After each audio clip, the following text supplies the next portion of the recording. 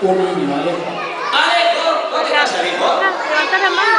Hola, piñoncito, Alejo está precioso. Todos los piñoncitos están acá. Hay un piñoncito con guitarra también. Muchas gracias.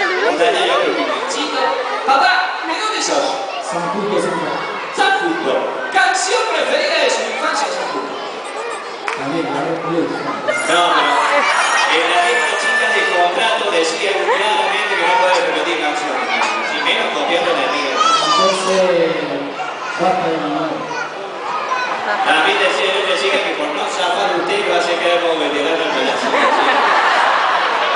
¿Usted no puede decir que cantamos con los chicos? ¿Cuántos años tiene usted? Bueno. Basta de mamá de 33 años. Bueno.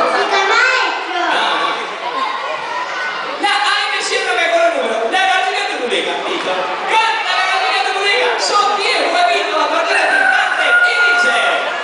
La gallina turuleca, hace tu huevo, hace todo, hace tu falta 100.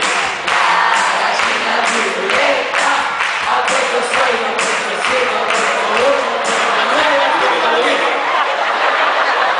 No sé cómo se contaba en su época, pero... Después de 3 vienen 4, siempre los chicos quedan así con los brazos.